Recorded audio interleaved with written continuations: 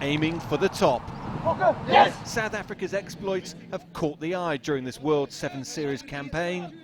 Having completed 5 legs, they're now just 2 points off top team New Zealand in the standings, with just 4 rounds to go. The buzzword amongst this group is consistency.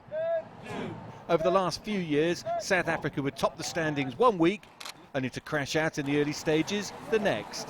But that has not been the case this time round, having reached 4 finals in a row. At the moment, it's, we're 2 points behind New Zealand, and I think for us the most important thing is just to keep applying the pressure, stick to our guns. I mean, we know we've got a process that we work towards, and it works for us, and we know that if we're all disciplined and we stay on the same page, that we can all work very, very well together. The consistency in the team has been helped by a relatively low injury count, but some of the praise must go to coach Neil Powell, who only took over last year. I couldn't have asked for a better start, but all credit to the team, the squad of players that we have here, and also the management. I think I was very fortunate to come into a system where the management is very experienced. They're doing a great job in keeping the guys together and motivating them and inspiring them to be hopefully the best in the world this year. So can South Africa keep the pressure on New Zealand at the top of the series table over the next few weeks? If they do, then they'll really set themselves up for the deciding 2 legs in London and Scotland in May, and give themselves a real chance of claiming their first World Series title since 2009. It will be very special to win the series for the guys coming in, and also for the coach on his first series. It would be a very special one for him. So we'll be looking to please ourselves, the coach and our friends and families and the rest of the nation.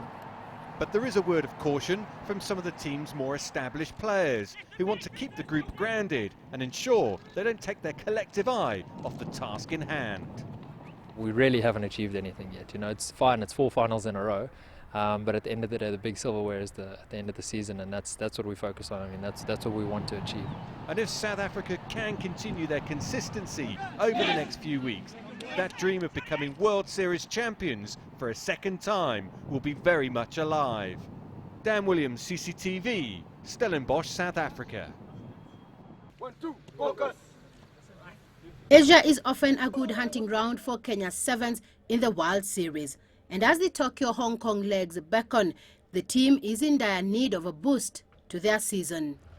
One of Team Kenya's major objectives this season is to do well at the Commonwealth Games. But halfway through the IRB Sevens World Series, this team is yet to show the kind of form that would challenge for the major medal positions in Scotland.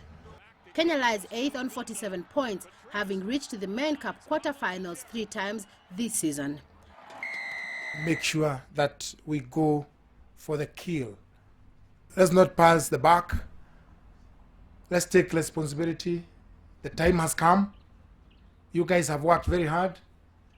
It's of grave concern that Kenya Airways have set millions and millions of shillings to be taken as bonuses. If you look at the stats, I mean, just of the tournament that we played, the last one we played, we had the second best, defensive record in the tournament. We scored the second most tries. Then people are always asking, but why are you playing so direct, and why are you playing a certain style? You're not opening the game, and you're not shifting the ball out to the wings and to the touchline. But the thing is that when we score the tries. In Tokyo, Kenya will meet South Africa for the 3rd time in the group phase this season.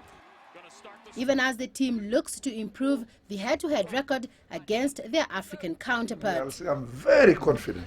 A vote of confidence from the team sponsor for True and his management team might not be enough to assuage a restless fan base who had high expectations this year after last season's brilliant performance. Really working very hard as a team to get to that level we were last year. This is something that has gotten to us, and we have come out as brothers as a team.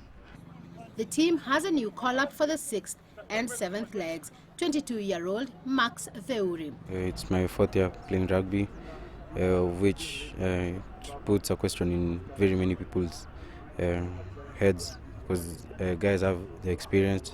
Max he's already been warned he's not going to get a lot of game time. If he's going to get 30 seconds in Tokyo, it's going to be a lot. The process that he will have to follow is one of learning. We're only going to give him exposure and to see what he can do at that level.